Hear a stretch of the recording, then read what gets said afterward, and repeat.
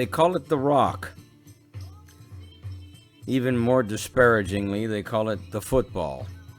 The arrowhead-shaped ball about to be kicked by the toe of the boot of Italy.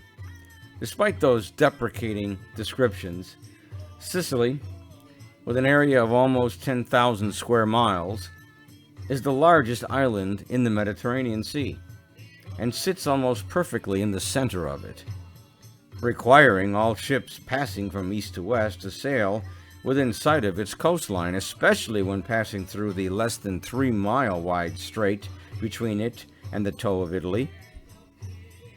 Home today to no less than 5 million people, it is one of the Italian nation's 20 official regions and is one of only 5 that was granted autonomy.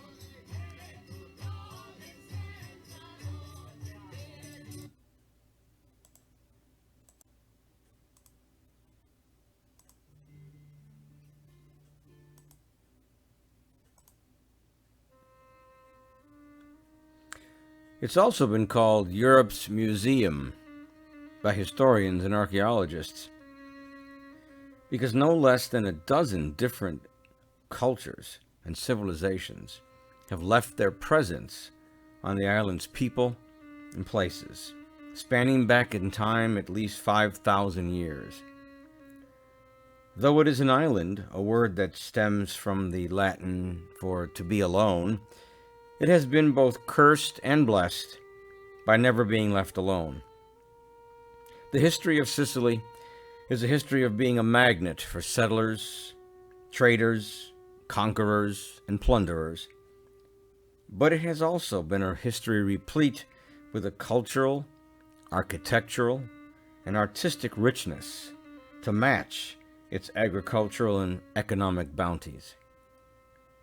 And although it's been the battered and trampled stepping stone of empires, maligned as a backward and rustic rock, merely to be used as a pawn between dueling powers, every town, every city, every vineyard and field, every mountain and coastline, and every Sicilian whose roots go back deep in its past, tells a magnificent epic saga of tenacious survival.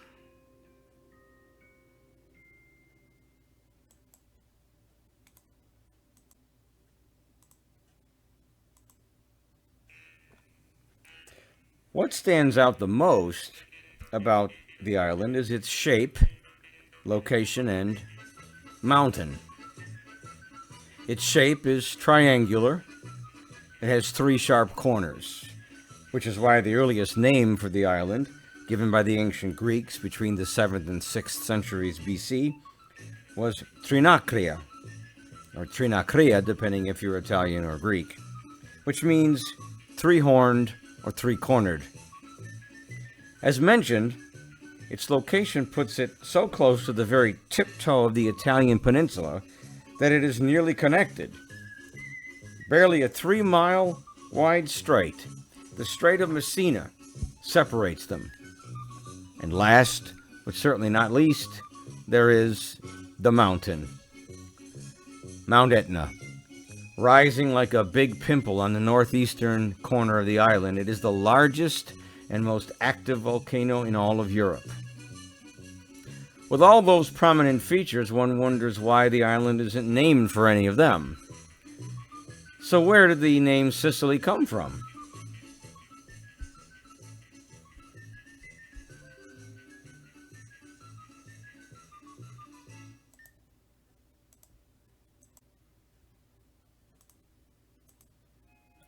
While the Greeks called it Trinacria, it gets its name from the Sikuli, or the Sicels in English, who were an Indo-European people who, according to legend, and to both Aristotle and Thucydides, migrated from the Italian peninsula around 1000 BC.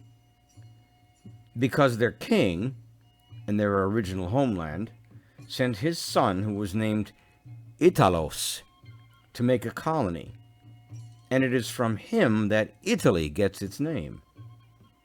This irony is not lost on Sicilians. The Rock of Sicily and its early second millennium BC settlers, the Sikuli, are the source and origin of the name for the peninsula and nation which, along with many others, so often denigrated it.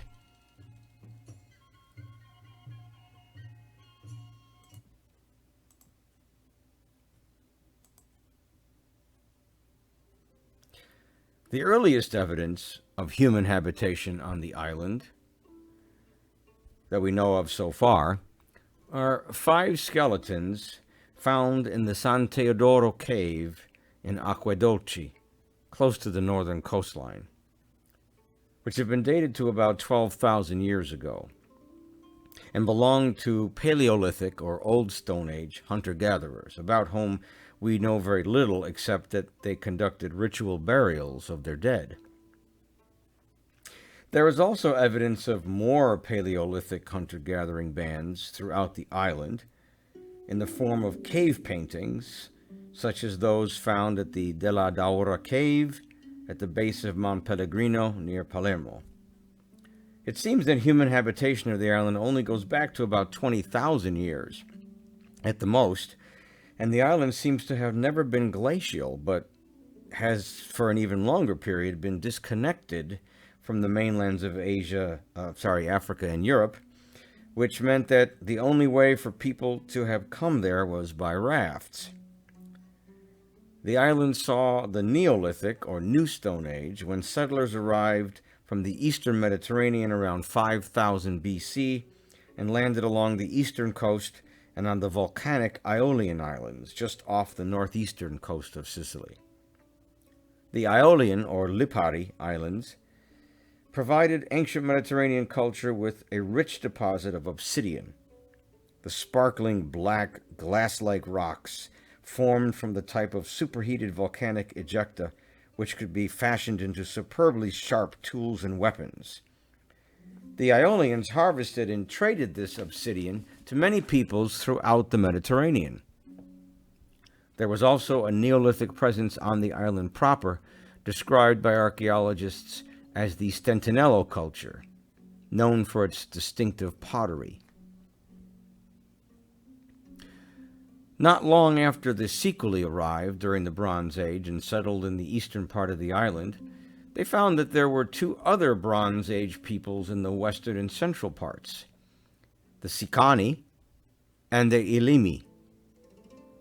Very little is known about these 2 early groups, except that it seems the Sicani, who were not Indo-European speakers, arrived first around 1200 BC, it is believed from the Iberian Peninsula, which is modern-day Spain, and settled mostly in the central region of the island. They are mentioned in Homer, Herodotus, and much later in Virgil, as having traded with the powerful Minoans and Mycenaeans of the eastern Mediterranean. The Sicani occupied the central area of Sicily, and some ruins, like the Temple of Diana on top of the high cliff in Cefalu, have been attributed to them.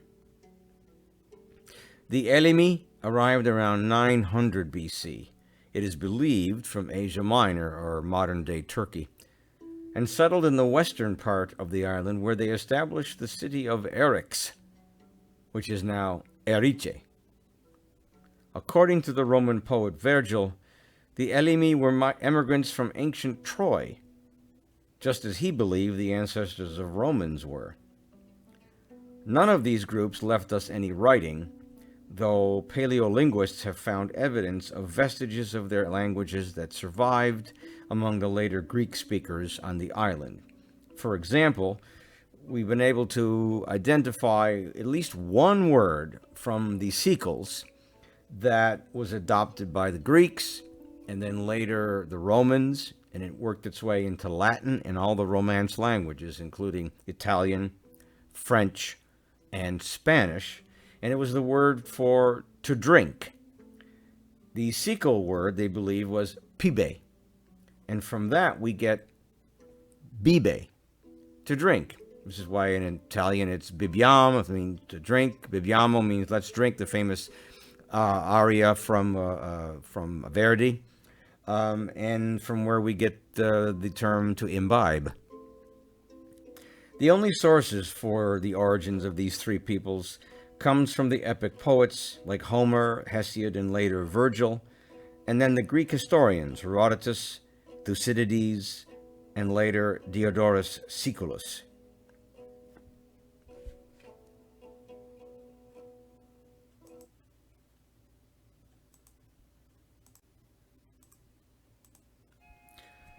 Despite the Greek name of Trinakria, the island came to be referred to as Sicily by the end of the 5th century BC.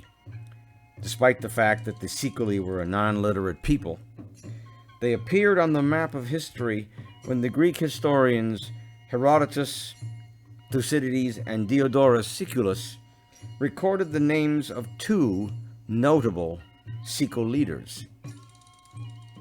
In the early 7th century BC, it was a Sikul king named Hiblon, who negotiated a truce with a party of colonists from Megara, Greece, who had difficulty finding a place to settle. It was Hiblon who granted them permission to settle on some land south and east of his, and in gratitude,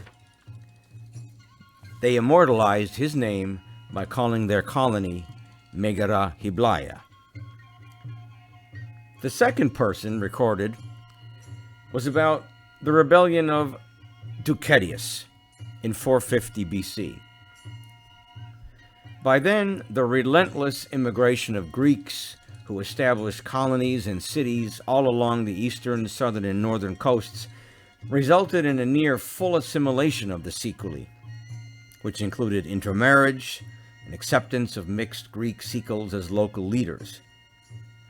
Nevertheless, it seems Ducetius, who was educated as a Greek, made one last-ditch effort to create an independent Sikul kingdom on the island. For 2 years, he defeated every Greek army that was sent to capture him, and he set up his capital at Leontini, or modern Lentini.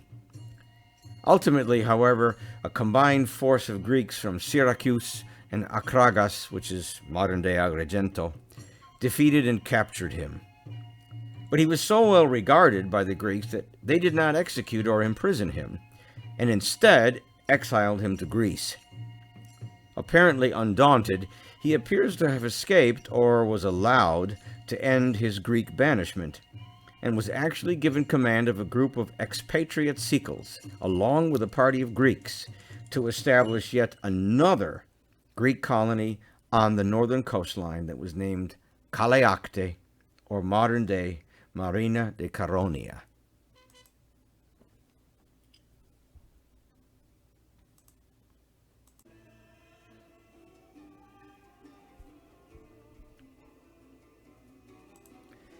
There was one other group that settled on the island during the Late Bronze Age and Early Iron Age, the Phoenicians.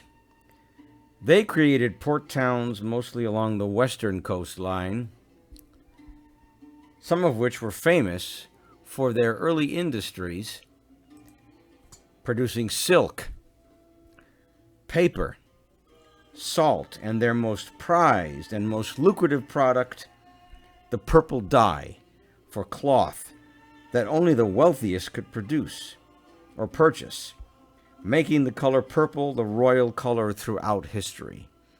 That was a dye that was made from the murex snails, and the Phoenicians kept the secret of how to make that dye. Even to this day, we are not sure exactly how they did it. But they did not conquer and dominate the land of the interior, choosing instead to be coastal traders and merchants. Perhaps the ancient Mediterranean's best seafarers and shipbuilders, they eventually established the ancient city of Carthage in what is now Tunisia on its coast.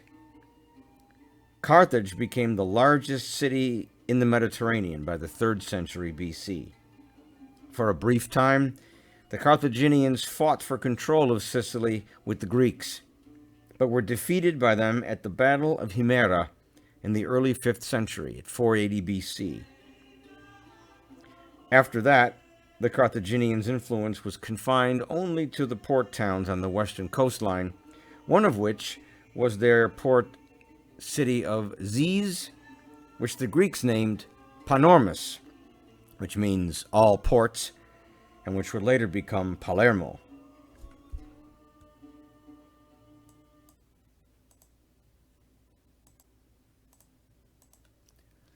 Ultimately,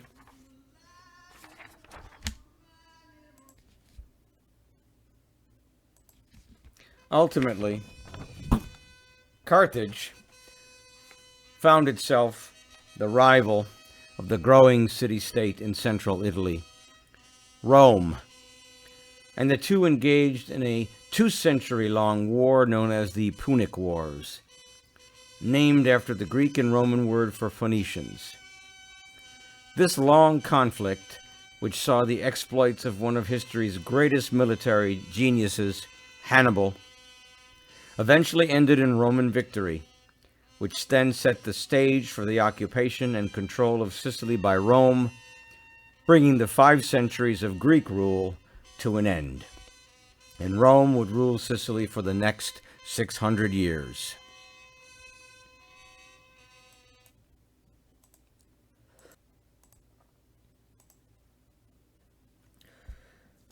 Though Rome would rule and later bring Christianity to Sicily, almost immediately after its conquest of the island, it introduced the economic system that would hobble the vast majority of Sicilians for the next 1,000 years. The latifundia, the large estates owned by absentee landlords who locked the peasantry into multi-generational abject servitude and labor-intensive activities tied mainly to the growing of wheat. When the Western Roman Empire fell, Sicily endured invasions by Germanic tribes such as the Vandals and the Ostrogoths, who themselves eventually converted to Christianity. When the Eastern Roman Empire, also known as the Byzantine Empire, took control of the island, Greek Orthodox Christianity was introduced, and this can be seen in the stunning gold mosaics of Christ Pantocrator, Christ the Judge of the Universe, on the inside of the many domed basilicas throughout Sicily.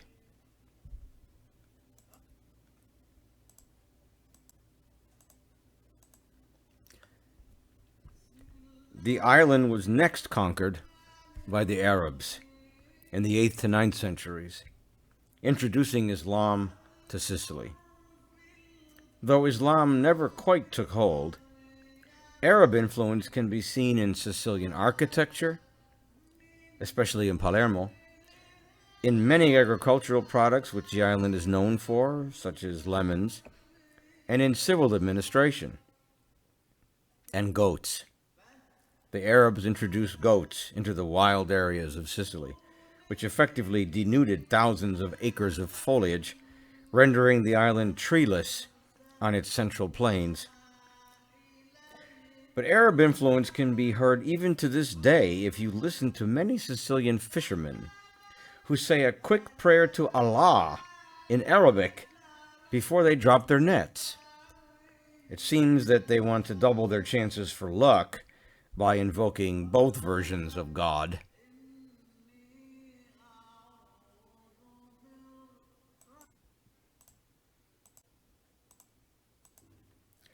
Next came the Normans, descendants of Scandinavians who settled in western France. Their mixture of Germanic roots combined with Latin Christianity brought medieval feudalism to Sicily.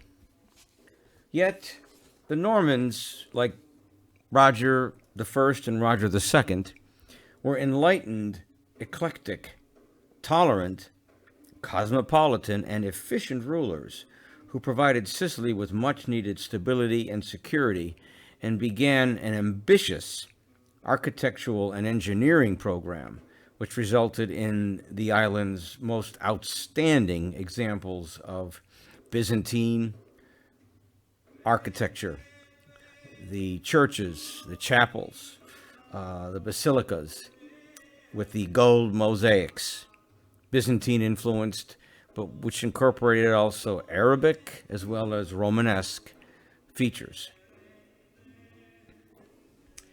However, they also brought into the picture the machinations of the popes in Rome, who sought to use Sicily as a pawn in order to negotiate political alliances with European rulers.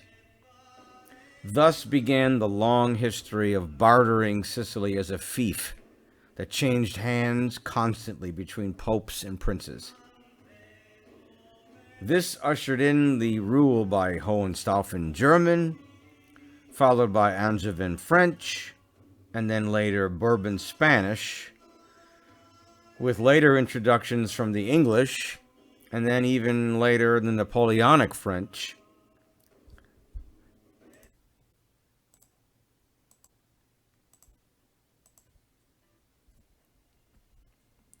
And then till finally, in the mid-19th century, the famous Giuseppe Garibaldi included Sicily as part of the Risorgimento, the Italian people's long-awaited attempt to rid itself of all the separate political entities that kept them from uniting into one modern nation.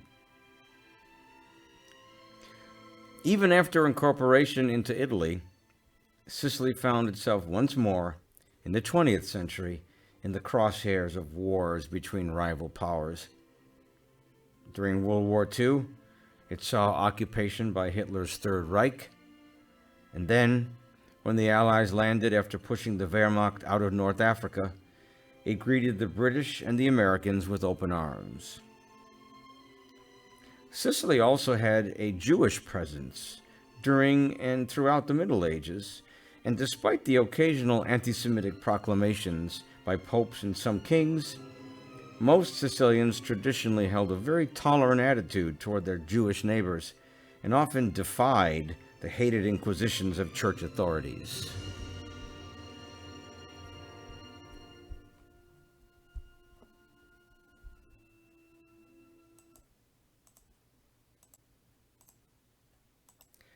This begs the question, are any of these peoples present in today's Sicilian population? That very question has not only been asked, but there have been attempts to answer it even scientifically. Human genome studies have been conducted based on 465 DNA samples from 7 different Sicilian towns, comparing them with haplogroups from the Eastern Mediterranean, Anatolian, Apennine, Iberian, North African, and Northern European regions. And the results tend to confirm the historical references and prove that modern-day Sicilians have inherited genes from all of these once separate cultural regions. Furthermore, the language of Sicilians today is not Italian, though it bears a predominantly Italian stamp. Most Sicilians are bilingual. They speak Sicilian and Italian. Instead, Sicilian is a conglomerate language comprised of cultural influences going back at least as far as the Neolithic. There are elements of non-Indo-European Semitic and Iberian, such as Phoenician and Sicanian, respectively, and a very strong prevalence from Lydian, the Elamian, for example, from Asia Minor. And of course Greek, long before the Romans brought Latin to the island. Germanic tribes in the 5th to 6th centuries left some markers, as did the later medieval Norman and German Hohenstaufen monarchs from the Holy Roman Empire. There are obvious Arab characteristics, as there are later French and Catalan Spanish, as well as the obvious Italian. There is even some support for the contention that Sicilian language developed before modern Italian, and that it was the former that influenced the latter. For no less than Dante and Petrarch alluded to and drew from Sicilian while they were writing their monumental poetry in Tuscan Italian. Thus, while Sicilians can comprehend Italians, All of the diverse influences that have been incorporated into Sicilian make it difficult at best for Italians to understand them. Sicily's kaleidoscope of cultural influences, which conferred upon it perhaps the most mixed and heterogeneous history of any region in Europe, is even reflected in their religion, Roman Catholicism. Compared to most Roman Catholics, Sicily's Catholicism retains vestigial influences from pre-Christian classical paganism, as well as Greek Orthodox Christianity, and even some from Islam.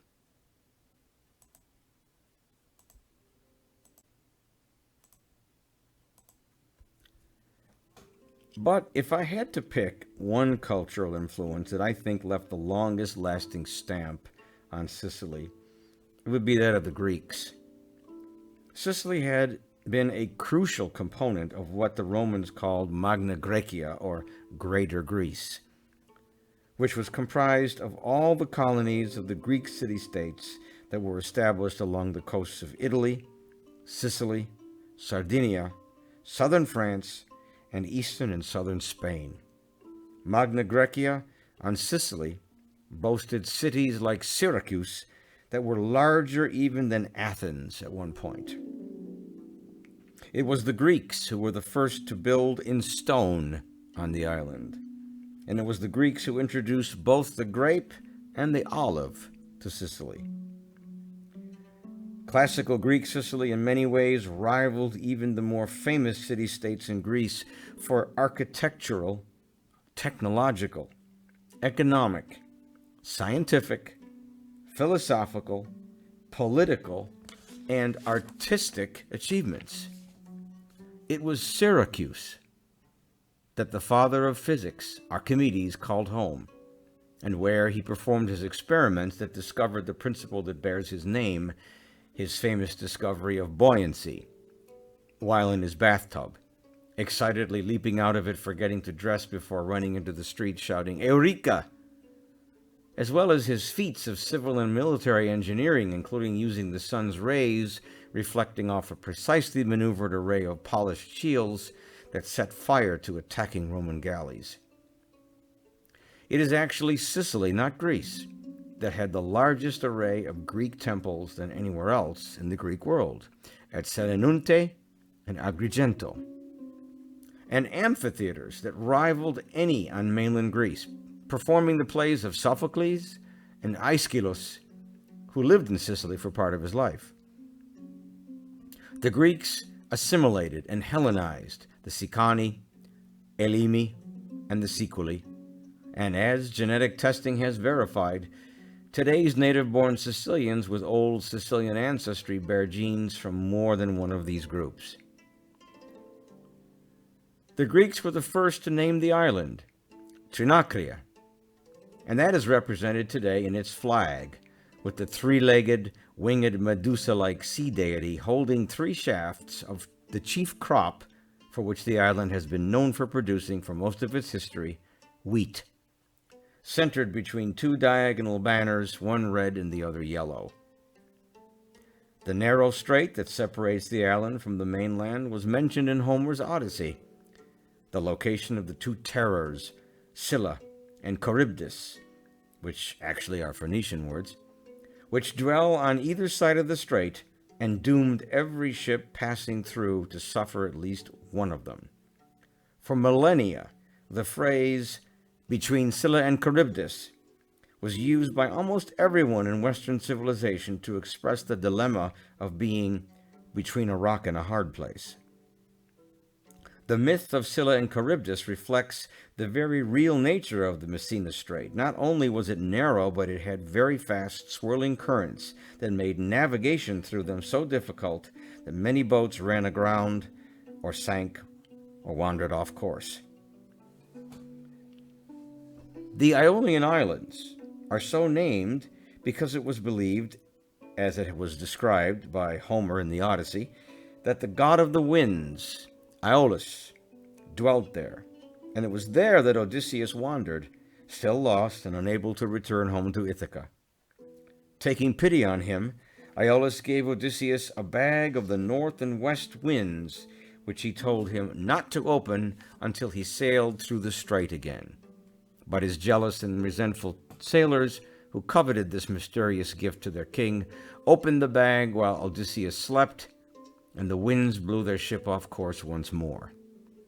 To this day, if you stand on any promontory, on any of the islands, you will feel the strong wind of Iolaus.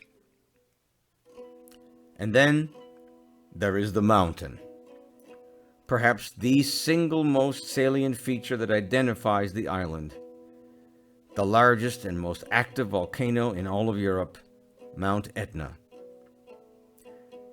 Etna punctuates the inescapable geological forces that formed both Sicily and the entire region, including Italy. Etna, whose name was given by the Greeks, which meant "I burn," figures so prominently in the cultural history of the region that it was the subject of not one, but no less than 6 myths, 4 of which came from the Greeks. Etna was what Zeus threw on top of the Titan monster Typhon in order to subdue him, and the flames, smoke, and lava are the residual reverberations of that cataclysmic contest. Etna was created when Zeus hurled his lame son Hephaestus, the blacksmith of the gods, Vulcan in the Roman pantheon, out of Olympus, who fell on Sicily and created a big hole, which was where he has remained. Etna's fire, smoke, and noise are Hephaestus toiling away at his forge.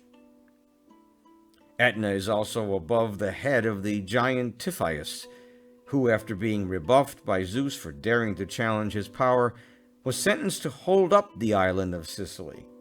His feet were under Cape Lilibeo, his right arm under Cape Peloro, his left under Cape Passero, and his head under Mount Etna. It is his sighs, groans, and anger you witness whenever it erupts. Etna is also the site where the giant Cyclops, Polyphemus, mentioned in the Odyssey, jealous over the sea nymph Galatea, exacted revenge on her lover, the shepherd boy Achis, by throwing huge boulders at him, killing him. And each time Etna erupts, the falling rocks are those thrown by Polyphemus. And as if these were not enough, the Greeks also connected Sicily with 2 of their most famous mythical heroes, no less than one of humanity's earliest examples of a scientific wizard and inventor, Daedalus, and that zenith of superhuman strength, Heracles. After Daedalus built the wings that enabled him and his son Icarus to flee the prison King Minos of Crete had built for them, and after the tragedy of Icarus's death when he plummeted into the sea because he flew too high and too close to the sun, whose heat melted the wax that held his wings together, he eventually landed on Sicily, where he was forced to work for a King Kokalos at Cumae.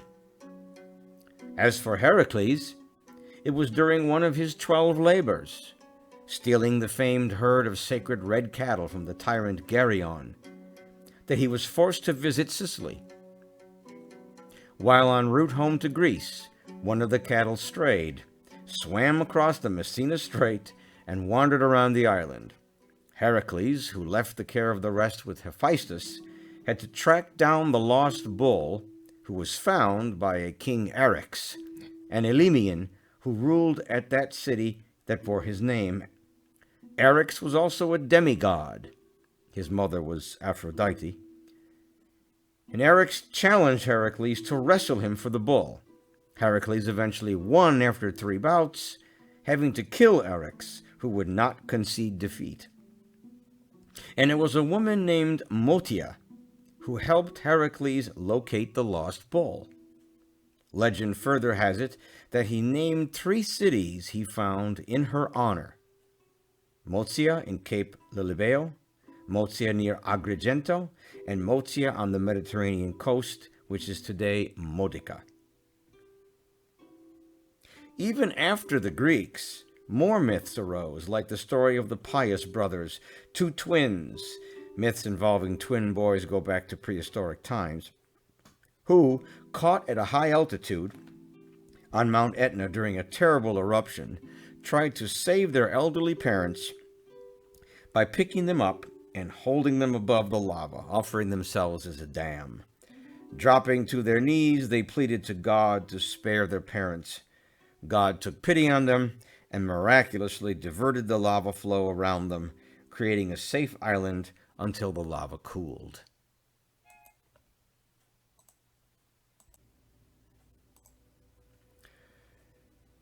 Then there is a much later and stranger story linked to, of all people, Queen Elizabeth I. The Catholics of Sicily, apparently having vilified her as a heretic queen, that she was, damned, and was therefore damned, they circulated the belief that after her death, the devil himself carried her corpse away and brought it to his doorway, Mount Etna, dropping her in it. But along the way, one of her slippers fell off and was lost somewhere in Bronte, Sicily. 2 centuries later, in 1799, when the British Admiral Nelson received the property of Monteace Castle as a gift for defeating Napoleon, one night, according to legend, he saw a mysterious lady, the ghost of Elizabeth, who gave him a box, inside of which was, you guessed it, the missing slipper, which, it is said, remains somewhere in the castle to this day.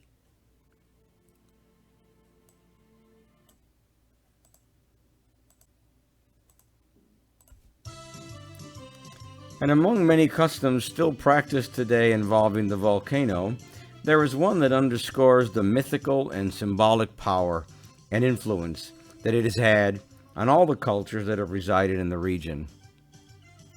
Despite knowing and accepting the science of geologists and seismologists, they still feel a decidedly unchristian, pagan, and ancient compulsion to regard Etna as a living being, a mother or father, who can be appeased when it is angry.